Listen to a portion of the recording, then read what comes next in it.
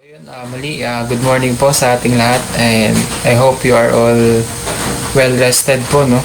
And isang maulan na umaga po and napakasarap magpahinga, no? And syempre mas masarap na simulan natin yung umaga natin with the word of God, diba? So bago po yun, tayo po ay manalangin. Yes, Heavenly Father, we thank you, Panginoon, sa umaga na to na binigay mo sa amin. Thank you for new life, Panginoon, na muli na pinagkaloob niyo sa amin, Lord. Ikaw po ang manguna for today, this morning devotion, Lord. Ikaw po ang mangusap. And ikaw po ang humawak sa puso. Isipan namin, Panginoon. Ikaw po ang mag-lead, Panginoon. Ikaw po ang maging sentro ng aming pag-usapan, Lord. And ikaw po ang magpupurihan, Panginoon, sa aming gawain ito, Lord. Maraming salamat, Panginoon. Ito po ang aming sabat dalangin sa pangalan ni Jesus. Amen.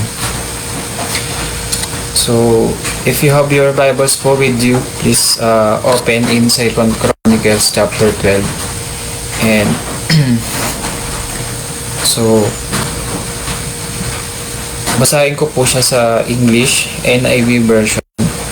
And sabi dito, after Rehoboam's position as king was established and he had become strong, he and all Israel with him abandoned the law of the Lord, because they had been unfaithful to the Lord. Shishak, king of Egypt, attacked Jerusalem in the 5th year of King Rehoboam, with 1,200 chariots and 60,000 horsemen, and the innumerable troops of Libyans, Sukkites, and Cushites that came with him from Egypt. He captured the fortified cities of Judah and came as far as Jerusalem. Then the prophet Shemaiah came to Rehoboam and to the leaders of Judah who had assembled in Jerusalem for fear of Shishak. And he said to them, "This is what the Lord says, you have abandoned me. Therefore, I now abandon you to Shishak." The leaders of Israel and the king humbled themselves and said, "The Lord is just." When the Lord saw that they humbled themselves, this word of the Lord came to Shemaiah, "Since they have humbled themselves, I will not destroy them, but will soon give them deliverance. My wrath will not be poured out on Jerusalem through Shishak." Verse 8. They will, however, become subject to him, so that they may learn the difference between serving me and serving the kings of other lands. When Shishak, king of Egypt, attacked Jerusalem, he carried off the treasures of the temple of the Lord and the treasures of the royal palace. He took everything, including the gold shields Solomon had made. So King Rehoboam made bronze shields to replace them and assigned these to the commanders of the guard on duty at the entrance to the royal palace. Whenever the king went to the Lord's temple, the guards went with him, bearing the shields, and afterward they returned them to the guard room. Because Rehoboam humbled himself, the Lord's anger turned from him, and he was not totally destroyed. Indeed, there was some good in Judah. King Rehoboam established himself firmly in Jerusalem and continued as king. He was 41 years old when he became king and he reigned 17 years in Jerusalem, the city the Lord had chosen out of all the tribes of Israel in which to put his name. His mother's name was Naamah. She was an Ammonite. He did evil because he had not set his heart on seeking the Lord. As for the events of Rehoboam's reign, from beginning to end, are they not written in the records of Shemaiah, the prophet, and of Iddo, the seer, that deal with genealogies? There was continual warfare between Rehoboam and Jeroboam. Rehoboam rested with his fathers and was buried in the city of David, and Abijah his son succeeded him as king. So, ayan po ang salita ng Panginoon. So, kung ating summarize, no, ito yung time na kung saan na natapos na yung paghahari ni King Rehoboam and nag-take over na dito yung anak niya is si Abijah, no? And makikita rin natin sa verse 1 pa lang sinabi dito na in position as king was established and he had become strong, he and all Israel with him abandoned the law of the Lord. So after ng paghahari ni King Rehoboam, andun yung syempre, andun na yung na-establish niya, mga nagawa niya, and he had become strong, no? And sa kabila ng lahat ng yun is he turned his back to the Lord, and binaliwala niya yung mga utusan, yung mga gustong gawin ng Lord. And sa madaling salita, parang miligsa siya, no, sa kalooban ng Diyos. And nasasabi natin na sabihin natin nag-rely siya more on dahil sa kakayanan niya, sa kakayanan ng mga alagad niya, and dahil alam niya na may kakayanan siya, no, na mag-lead, and binasin niya lahat ng sa sarili niya, and binaliwala niya yung kung anong gusto sabihin sa kanya ng Lord. And sa mga preceding verse, sabi dito, they had been unfaithful to the Lord, di ba? And hanggang sa nagpadala ang Diyos ng isang prophet upang sabihin sa kanya na I am na yung kung ano yung gustong sabihin ng Lord kay sa hari. Nakikita natin dito no na nag-rely sila masyado sa kanilang power rather than God's, di ba? And nakikita natin dito yung pagbabaliwala, no, sa binigay ng or pinagkaloob ng Lord sa atin na pribilehiyo upang gawin yung isang bagay. And nakikita din natin dito, di ba? And ano ba yung sa buong verse na to or sa chapter na to, makikita natin ano ba yung pwede natin ma-take away dito is makikita natin syempre yung humility, no? When you have power, when you had everything, di ba? Parang sabi natin na parang yes, sa atin na yung lahat na nagagawa natin, pero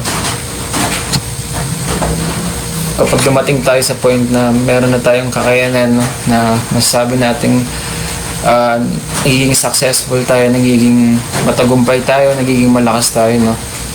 And as nadi-disregard na natin kung ano ba talaga yung gustong gawin ng Lord or gustong ipagawa sa atin ng Lord. And syempre nadi-disregard natin yung ability na Panginoon na kung saan parang as nagre-rely tayo sa kakayanan natin more than Him, na siya talaga nagbigay ng resources kung saan man tayo nagmula, kung saan man nanggagaling yung mga meron tayo ngayon. So hindi siya naging maganda, and may kita din natin dito na talagang tumaliksa si King Rehoboam sa Panginoon. And sabi natin na parang ang hirap na tumaliksa, parang lahat ng after all those years na sinamahan siya ng Panginoon, di ba, parang nagawa niya pa rin na baliwalain ng Panginoon, na talikuran siya, and marami siyang mga bagay na ginawa na hindi talaga nakakalugod sa Panginoon. And makikita natin dito yung talagang grace ng Panginoon, no? And hindi naman niya hinayaan na ganun na lang mangyari sa hari, and bagkos, di ba, he lead them na mag-repent. And syempre andun yung grace of God, and inambol niya yung sarili niya, and yung galit ng Panginoon is nawala, and napatawad siya. So ano ba yung pwede nating makuha dito, no? And so sa ating mga kaganapan sa buhay, and for example sa ating mga kaganapan ng ginagawa sa work, sa or kung saan man tayo nagiging mahusay, no? Kadalasan kapag andun na tayo sa taas ng sa katas-taasan ng tagumpay natin, mas kadalasan na di-disregard na natin o nakakalimutan na ba natin kung saan ba talaga nanggagaling, saan ba talaga nagmula, kung ano yung meron tayo ngayon, no?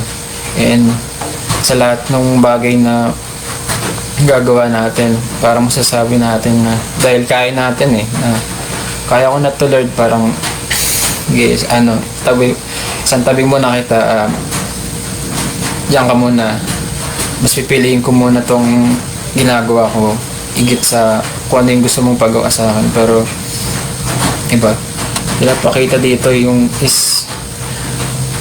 gusto lang sabihin sa atin ng Lord, yung humility, no, na sobrang napaka-importante sa atin, na kahit na meron tayo, halos lahat meron sa atin, no, and kahit gaano tayo kagaling, and still dapat mas mangibabaw yung humility sa atin, no. And syempre biglang lingkod, di ba, sa simbahan na tayo nakikita sa church, and syempre mas importante na nakikita yun sa atin na yung pagkakaroon ng humility, and masasabi natin yung grace of God is, di ba,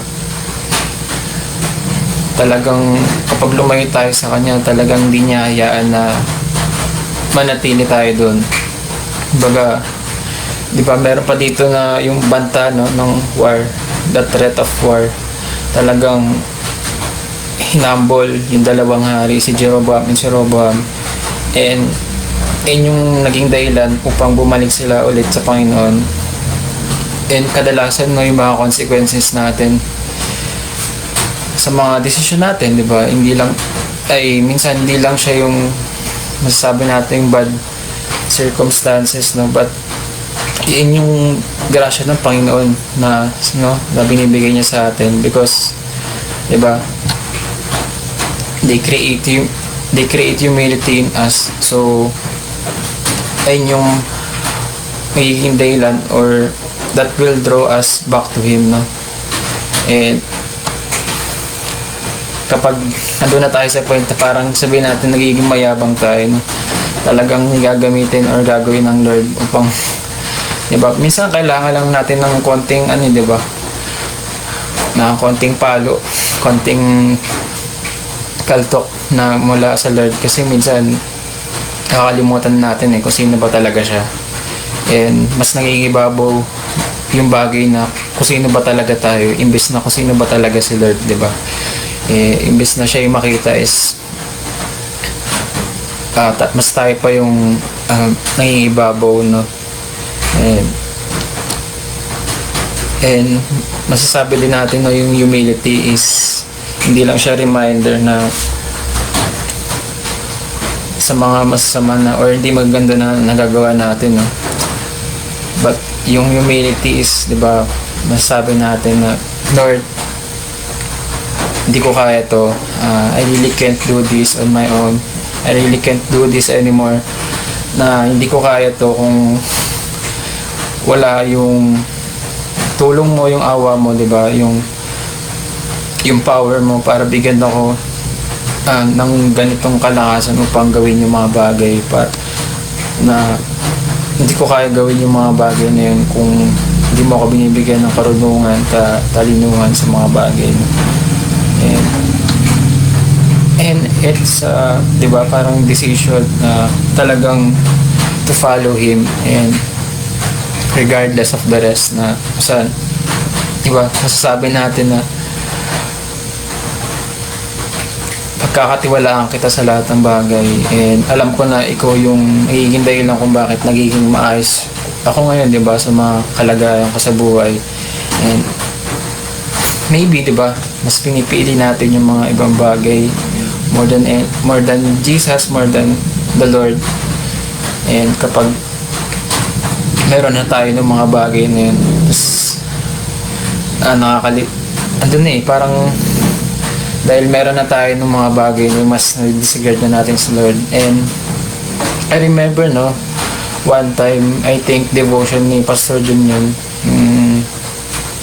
and ang nakalagay doon, sabi, mapanganib na tagumpay, no, or yung tuloy-tuloy na tagumpay ay mapanganib. So parang, di ba, parang tagumpay tapos may word na mapanganib. So parang, di ba, yung pagiging matagumpay pala is lalo na kung sunod-sunod yung tagumpay natin is mapanganib din pala siya, no? And paano natin masasabing mapanganib? Yun na nga, dahil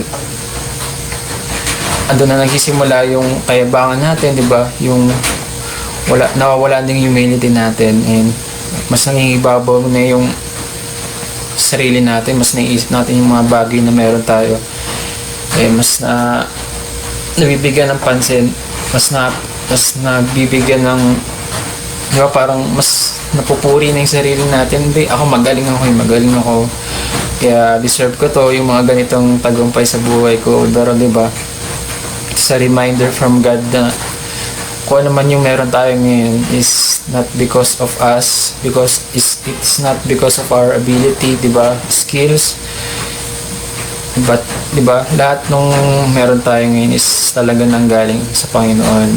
And kaya nga tinawag siyang creator, di ba? Siya yung and tayo yung creator niya. So hindi kailanman magiging pantay yung creator sa creator. So dahil siya yung creator natin, di ba? So siya yung nagbigay ng mga ability na meron tayo ngayon. And so kung doon pa lang titingin natin, di ba? Kung yung sabihin natin yung portion ng karunungan ng Diyos is yung ilang portion yun is binigay niya sa atin, di ba? And talagang masasabi natin na lahat ng yun is hindi natin matutumbasan, hindi natin maigitan dahil sa kanya lahat ng galing. So ano ba yung yun yung gustong sabihin sa atin ng Lord sa mga ganito, no? Humility, na kapag when He had everything, when He had power, talagang kailangan, yes, may nagagawa tayo, and na-acknowledge ng Lord yun na when we do hard work sa ating mga buhay, di ba, sa ating mga kaganapan, yung hard work, and binibless niya yun. Pero syempre, kung ano yung meron tayo ngayon, and talagang dapat mas napagpapasalamatan natin, o mas na-appreciate natin, mas nakikita si Lord sa atin sa mga ginagawa natin, no? Siya yung mas na-acknowledge sa lahat ng ginagawa natin. So yun, di ba? And ganun din sa mga relationship natin, di ba? Minsan dahil meron na tayo ng mga bagay na yun sa mga tao, di ba? Sabihin natin pinag-pray po yung isang bagay o isang tao, then binigay sa'yo ng Lord, and then akala mo na sa'yo na lahat, pero dahil minsan yung mga bagay na meron tayo ngayon yung nagiging dahilan para mas mapalayo pa tayo sa Kanya, no? And sa mga hindi may paliwanag na dahilan, kapag tinanggal sa atin ng Panginoon yun, hindi natin maintindihan bakit, ano ba yung nagawa natin, di ba? Minsan kino-question pa natin siya, bakit mo kinayaan, bakit mo hinayaan na mangyari sa akin to, di ba? And yan tanong, di ba? Talaga bang si Lord yung nag-abandon sa atin? Baka kailangan din natin i-remind or tanong sa sarili natin, baka tayo yung unang nag-abandon sa Panginoon, na kung saan, di ba, meron na tayo ng mga ginusto natin na hiningi sa Kanya, pero nakalimutan natin siya. So minsan ito yung may papadala or gagamitin si Lord ng mga tao, ng sitwasyon, ng mga bagay, upang ma-remind tayo ulit ng mabuksan ulit yung puso't isipan natin sa mga bagay na hindi ito about sa atin, na lahat ng natatanggap natin is sa Kanya, no? And kung meron man or wala tayong natanggap, at still na siya yung dapat mas na-acknowledge natin, na mas napapansin natin, no, sa lahat ng bagay. And so ay lang naman yung gustong yung takeaway natin sa umaga na to, no? And so as we reflect, no, ano ba yung mga bagay na sa buhay natin na that you know that is masasabi natin, ano ba yung mga bagay na alam mo na hindi God's best para sa'yo, na talagang try mo na gawin lang sa sarili mo. Ano ba yung mga bagay na yun na may mga ginagawa ka ba ngayon na parang ayaw mong i-surrender sa Lord, parang na alam mo namang hindi yung kaloob ng Panginoon sa'yo pero ginagawa mo. And ano ba yung mga bagay na or ano yung mga step na you can take ngayong araw upang to humble yourself, no, and bumalik sa area kung saan tayo nililid ni Lord, di ba? And so lang naman, no, and sabi sa 1 Peter chapter 5 verse 10, and after you have suffered a little while, the God of all grace was called you to His eternal glory in Christ, will Himself restore, confirm, strengthen, and establish you. So, di ba? Sa lahat ng mga maling desisyon natin, di ba? Palaging andyan palagi yung grasya ng Panginoon upang i-restore tayo, i-redeem yung mga maling desisyon natin sa buhay, and we just have to look back, di ba, to Him, kay Jesus lang, sa Lord lang, and hindi sa kung anong hindi sa mga tao or what, lalo sa sarili natin, but to Him alone lang. So ay lang naman, and nawa ay may napulot tayo sa umaga na to, and humility is a reminder of the bad that we do, no, but humility is surrendering to God everything na ginagawa natin, sa lahat ng mga desisyon natin, sa mga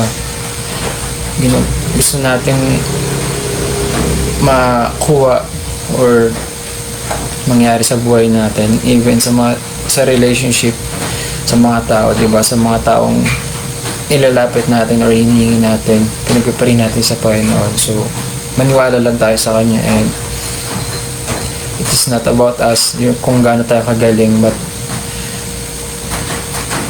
kundi ang Panginoon lang, di ba? Siya yung tunay na magaling sa lahat, and dahil lahat ng meron tayo is nanggaling sa Kanya. So ay lang naman, and let's end with a word of prayer. And yes, Lord, maraming salamat muli sa umaga na to. Maraming salamat po sa mensahe mo, Panginoon. And tunay na, Panginoon, ikaw po ang nagsalita sa umaga na to. At salamat po sa lahat ng mga nakapakinig, Panginoon. At nawa, Panginoon, mabless sila sa mensahe na gusto mong sabihin sa umagang ito, Panginoon, sa Book of 2 Chronicles. Lord, maraming salamat. At Panginoon, kung ano man yung mga meron kami, Lord, is Panginoon, pinapasalamatan po namin yun dahil lahat po ng iyon ay nanggaling sa inyo, Lord. Maraming salamat for reminding us, Panginoon, na talagang it is not about us, Panginoon, sa mga ginagawa namin, hindi dahil kung gaano kami kagaling, Panginoon, but Lord, kung gaano ka kagaling, Panginoon. Salamat, Panginoon, sa pinagkakaloob mo sa amin. Salamat sa grasya mo, Lord, na nag-restore sa amin, nag-redeem sa amin, Lord, sa mga maling desisyon namin, maling nagagawa namin sa buhay, Lord. Ikaw po ang mapagpurihan namin, Lord. Tawag mo pong hayaan na kami ay mapariwala sa mga buhay namin, sa mga kaganapan namin, Lord. But Lord, yung path namin is, Lord, is patungo lamang sa inyo, sa kalooban niyo, Panginoon, at hindi sa aming mga sariling kakayanan, sa sarili namin kagustuhan lamang, Panginoon. Salamat po muli sa umaga na to na pinagkaloob niyo po sa amin, and pagpalain niyo po ang lahat na narito sa Christ Church, Panginoon, ang mga nakapakinig, Panginoon, and sa mga hindi pa nakapakinig, Panginoon. Pagpalain niyo po ang bawat isa sa amin, Panginoon. Salamat, Panginoon. Ito po ang dalangin sa pangalan ni Jesus. Amen. So muli, magandang umaga po sa ating lahat, no, and have a blessed day ahead po.